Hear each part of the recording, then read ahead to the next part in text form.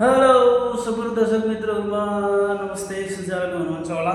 म चाहिँ सारङ्गी सिक्न रोहर गरेर साह्रै म अहिले विदेशमा छु अनि नेपालबाट मगाएको सारङ्गी गुरुहरूको भिडियो हेर्दा चाहिँ अब साप के भन्नुहुन्छ केही पनि नबुझिने होइन, त्यो बुझ्न नसकिने। उहाँले चाहिँ ठिकै भन्नुभएको हो, केही पनि नबुझिने। तर बजाउँदै जाँदाखेरि चाहिँ यो सारङ्गी सेटिङ अलिअलि बुझियो। जुन बुझेकोलाई म तपाईँहरूलाई पनि बताउन गइरहेको छु। कतिपय साथीहरू सारङ्गी किनेर बस्नु भएको छ र तर यहीँबाट पनि सेटिङै आउँदैन भने र सारेगामा पनि बुझ्नुहुन्न भने यो थोरै हेरेको हुनसक्छ तपाईँहरूलाई।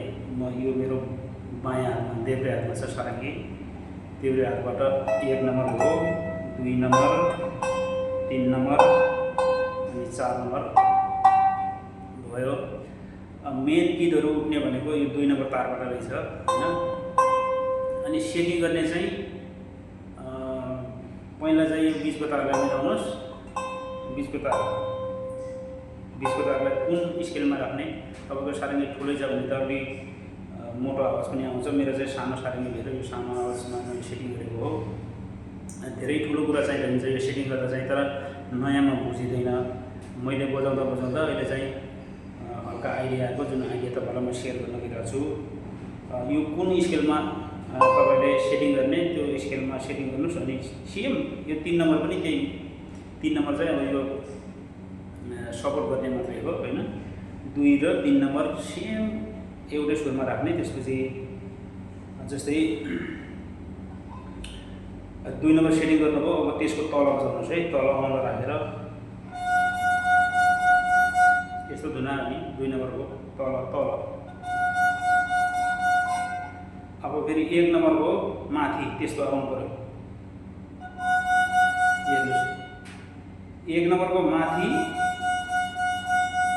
यो ट्युन आयो भने 2 नम्बरको तल त्यो आउनु पर्यो। सेम छ है, राम्रोसँग जुम गरेर हेर्नु होला। खासै मेरो महँगो मोबाइल पनि होइन। 2 नम्बरको तल यस्तो बज्यो, 2 नम्बरको तलको स्टेपमा है। एउटा अनलाइन देखेको छैन, माइले आउँछ मेरो। 2 नम्बरको तल अनि 1 नम्बरको माथिको स्टेपमा, पहिलो स्टेपमा यस्तो बज्नु पर्यो। ओके, यो दुईवटा तार मिलाएको। फेरि त्यही 2 नम्बरको माथि, अब 1 नम्बरलाई केही पनि गर्नु पर्दैन, त्यही 2 नम्बरको माथि कस्तो बज्छ है त।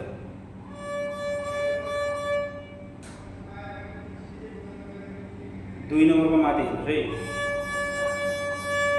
2 नम्बरको तल र 1 नम्बरको माथि चाहिँ मिलिसक्यो होइन। अब 2 नम्बरको माथि यस्तो बज्यो, 2 नम्बरको माथि यस्तो बज्यो भने 4 नम्बरको तल फेरि त्यही बज्नुपर्छ।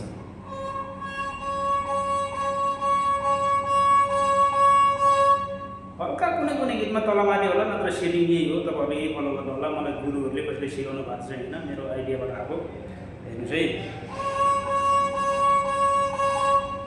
अनि यसको माथि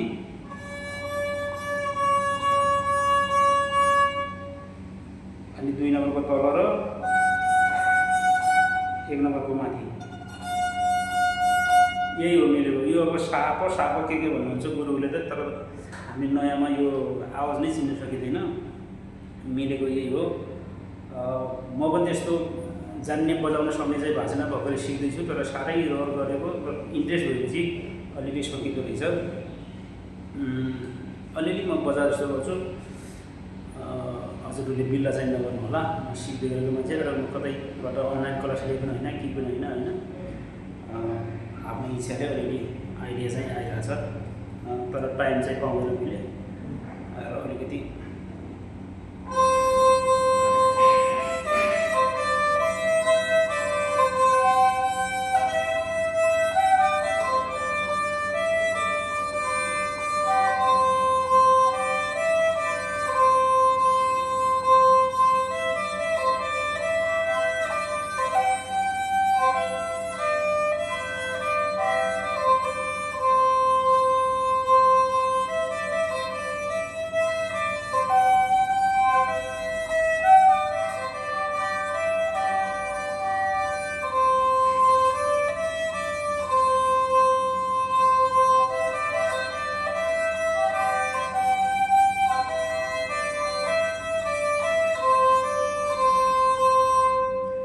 चाहिँ बुझ्नु भयो कि बुझ्न भएन। खोलीमा जुलुका देखेपछि सानोलाई झुलुकै मन मेरो मन हुन्छ हलुका भन्ने कुलेन्द्र विगदाई। अनि अर्को के कार्की म्यामले गाउनु भएको गीत हो, सरिता कार्की म्यामले गाउनु भएको गीत हो।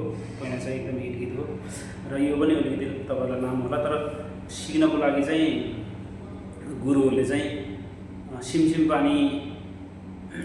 पानीमा चाहिँ रेकमेन्ड गर्नुहुन्छ। तर त्यो पनि स्टेप धेरै चल्ने पर्ने भएको कारणले चाहिँ सजिलो गीत चाहिँ के रहेछ भन्दाखेरि मलाई कसैले सिकाउनु भएको होइन, म आफैले खोज्दा पाएको सजिलो सिक्ने चाहिँ के छ भन्दाखेरि झिम झिम सानो नझिम्का पोरेली पोतुकै हुन्छ मोबाइल छ है। मेरो धेरै महँगो मोबाइल होइन।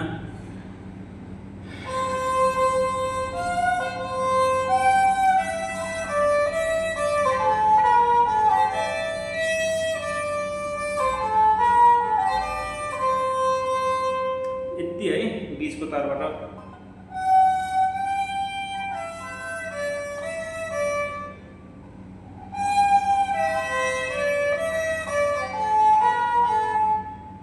यति गर्न होला पहिला।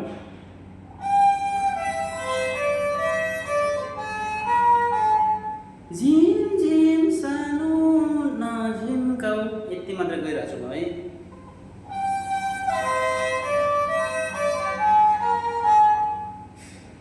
यति गर्न होला, हेर्नुहोस् बिस्तारै जुम गरेर पनि हेर्नु होला, सोलो गरेर पनि हेर्नु सक्नुहुन्छ। त्यो झिम झिम सानो यति गर्नु होला। योभन्दा भिडियो लामो हुन्छ होला। हस् नमस्कार। तपाईँलाई के बुझ्नुभयो भने मलाई यो भिडियो चाहिँ युट्युबमै कमेन्ट गर्नु होला। अनि तपाईँलाई यदि फेसबुकमा जोइन गर्न चाहनुहुन्छ भने पनि हजुरहरूको आइडी दिनु होला। र धेरै प्रोफेसनल त होइन, पियानो पनि म बजाउँछु। तर पियानो बजाउन सिक्नको लागि साथीहरूले वर्षौँ लगाइसक्नुभयो तर पनि कुनै आइडिया आउँदैन, त्यो सुर्तालै थाहा छैन भने पनि तपाईँलाई 2 मिनटमै तपाईँले सुर्ता मिलाउन सक्ने ट्रिक म दिन्ला। मलाई चाहिँ कमेन्ट गर्नु होला। हस् धन्यवाद नमस्कार। बिल्ला चाहिँ नगर्नु होला है, म ठुलो गुरु चाहिँ होइन, मलाई आफ्नै मनबाट आएको आइडियाहरू तपाईँलाई सेयर गरेको हो। चोइस गरेपछि सिकेला जस्तो छ। मैले पराई गीतहरू बजाउँछु तर खासै मिठो चाहिँ पर्दैन, तर पनि आइडियाहरू आउला भन्ने आशा गरिरहेको छु। हल्का हल्का आइरहनु छ, तपाईँहरू पनि ट्राई गर्नु होला। पियानो सिक्न चाहनु भने अनि तपाईँलाई यो भिडियो कस्तो लाग्यो कमेन्ट गर्नु होला भिडियोमा। म गुरु चाहिँ होइन, गुरु चाहिँ नभन्नु होला। यदि गुरुहरूले हेर्नु भएको छ भने उहाँलाई हृदयदेखि नै नमन भन्न चाहन्छु। र सारेगामा पद निसा नसिकेरै पनि बजाउन सकिँदो रहेछ, सकिन्छ। प्रयास गर्नु साथीहरूले। हस् धन्यवाद।